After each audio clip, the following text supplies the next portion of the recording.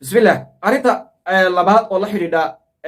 kilibkeeni hore waxa weeyaan oon dhalinyarada ku baraarujinaya ee ummadda soomaaliyeed runtii social mediaha baryahan waa laga faa'iidaystay waa dhib badan yahay waa waxyaaba xunxun oo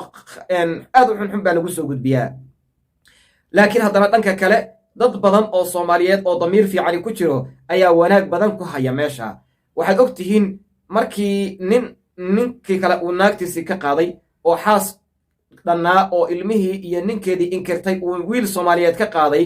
ama iyadu been ha u sheegto ama waxay isla ogaayeen oo shaydaanku ka tambadiyey ha noqoto laakiin isagu wuxuu inoo sheegay ayada ayuu dhibku ka jiray oo ayada wax walba u qarisaye ummadda soomaaliyeed way dhawaaqday hooyadiina ilmaheedii baa loo celiyey ilmihii ay inkirtay 8 canug ay inkirtay iyo aabbihii ay inkirtay ninkeedii ay inkirtay baa loo celiyey aabbaheedii ay inkirtay baa yaa laga diiday wax walba ummaddii soomaaliyeed way soo saartay taa waxay ku tusinaysaa damiir ummadeed oo soomaaliyeed baa jira ayayna tusinaysaa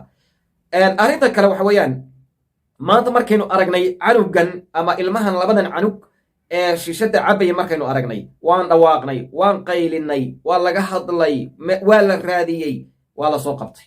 waxaa la hor keenay cadaaladdii baa la hor keenay waxaan aaminsanahay hooyooyin badan oo dhaqan xumidaa soo waday ama samayn jiray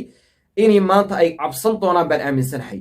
ama aabbayowba maxaan uga reebayaa aabba inkastoo inaan arag ilmihiisa siinaya waxyaaba xunxun laakiin hadday jiraan ayaga laftoodu cabsi ayay u tahay bal ummadda soomaaliyeed meel ay joogaan mayna ka warhaynin dadkani intay dhawaaqeen oy meel walba ka dhawaaqeen oy dabagaleen ayay soo heleen dadkii noocaa cadaaladdii baana la hor keenay in badan oo maanta dhaqan xumidaa soo wadayna way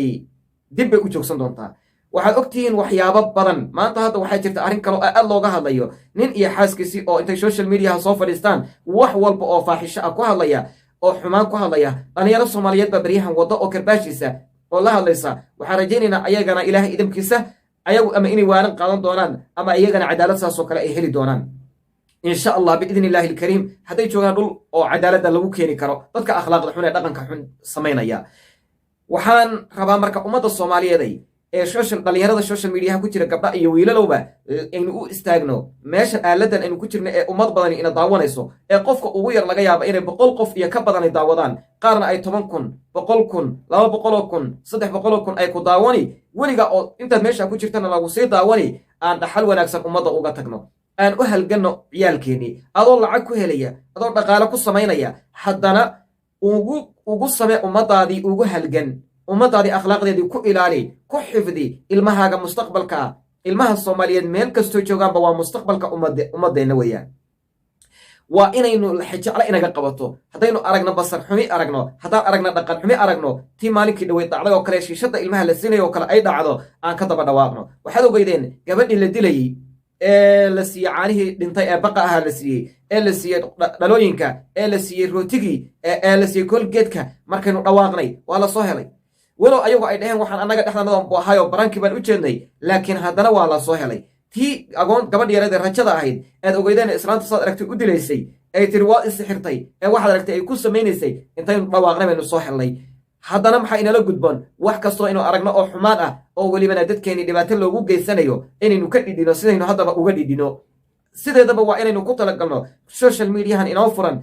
waa tv camala adigu aad iska leedahood maamushood gurigaaga ka maamusho ajar waxaad ku heli lacagta aad ku heshaana xalaal kuu noqoni markaad ummadaadii iyo wanaaggii iyo diintaadii islaamka ku difaacdo ummadaadii ku difaacdo dhaqankaagii ku difaacdo wixii xumaa kaga hortagto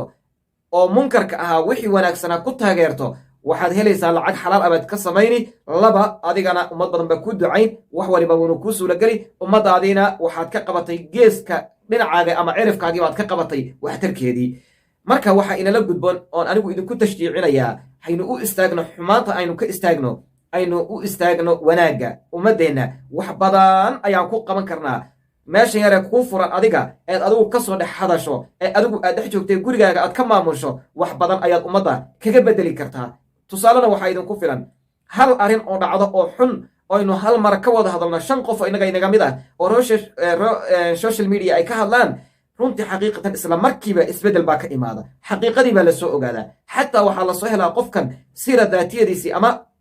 wixii maaragtay macluumaad ahaa ee uu lahaayoo dhan baa la soo helaa arrintaasi marka waxay sahlaysaa in badan oo dhaqan xumi badan soo waday inay cabsadaan inay maaragtay isdhahaan berriba wallaahi lagu qabani berri bay ummadda soomaaliyeed ku helayaan ummadda soomaaliyeed u dulqaadan maayaan waxaanaad wado waa lagu heli cadaaladaana lagu horkeeni isagoon ilaahay ka cabsanayn buu ummadda ka cabsani innaga marka waxaa inoo badbaaday alla ka cabsigiisa waa u goonidiisa isagay khaas u tahay laakiin innaga waxaa inoo badbaaday magaceenni uu inaga fasahadin lahaa uu inaga dili lahaa mujtamaca dhexdiisa magac xun iyo tusaale xun uu inaga bixin lahaa waxaa kaloo inoo badbaadaya ilmaheenni iyo awlaaddeenni uu dhaqan xumida naga bari lahaa awlaadu waa mustaqbal da'yartu waa mustaqbal gabdhaha yaryar da'da soo koraysa waa mustaqbal wiilasha yararka waa mustaqbalka in la ilaaliyo shiishada in laga ilaaliyo in qaadka laga ilaaliyo sigaarka in laga ilaaliyo dhaqan xumida in laga ilaaliyo in tumashada laga ilaaliyo in wax kasta oo dhaqankooda bedelaya in bedelkii waxyaabaha dhaqan xumida ah ilmaha la bari lahaa waa in la baro ilmihii dhaqan suuban waxbarashada waa inay waxbarashooyinka lagu taageero ilmihii waa in loo soo bandhigo waxyaabo waxbarashooyin oo tacliin loo soo bandhigo waa in loo soo bandhigo macnaha matalan waxyaabaha la dhihi jiray hawl maalmeedka waxyaabaha geeraarada iyo waxyaabaha noocaas oo kale ah waxaa jira hadda kaatuumo oo soomaali lagu tarjumi karo oo carabi ku hadlaya ama ku hadli jiray maaragtay english waxyaabaha noocaas waxbarashada ah in loo tarjumo hadda gaaladu waxay sameeyaan canugoodu markuu uu yar yahay waxaa loo sameeyaa kaatuun baa loo sameeya kaatuun english ku hadlaya luqada englishka siduu garaamaageedii waxeedii oo dhan u barto ayaa la siiya ama dadka carabta oo kale kaatuumo carabi ah ayay siiyaan markaase waxay aborba usoo gadayaan markaase waxay samaynayaan waxyaabaha carabiga si luqadii carabiga inta uu yaryahay uula qabsado ayaa maanta oo dhan wuxuu daawanayaa kaatuun wixii waa kaatuun oo ilmuhu way jecel yihiin kaatuun haddana luqada ay ku hadlayaan waa carabi ama waa english ama waa macnaha waa luqooyinkii tacliintiisa uu ku qaadan lahaa carabi iyo english in badan markaa sheego waxaan u sheegaa labada luqe ee wax weeye thaqaafada caalamka ugu badan ee adduunka ee lagu qoray weeyaan waa labada luqe ee cilmiga lagu qoray ee qofka yaqaanaayey hadduu maanta oo dhan aqriyo oo bugaagta ama ha noqoto thaqaafa islaamiya ama thaqaafa maaragtay maadiya ha noqotee uu ka helaya thaqaafo fara badan uu ka helaya weeyaan maha inaan luqooyinka kale laga taga leeyahay laakiin waa labada luqo ee welibana luqada carabigu thaqaafa islaamiya iyo thaqaafa maadiya ba xambaarsan tahay midda ingiliishkuna thaqaafa maadiyana ay xambaarsan tahay marar badanna bugaag badan lagu qoray xataa thaqaafadii islaamka lagu qoray marka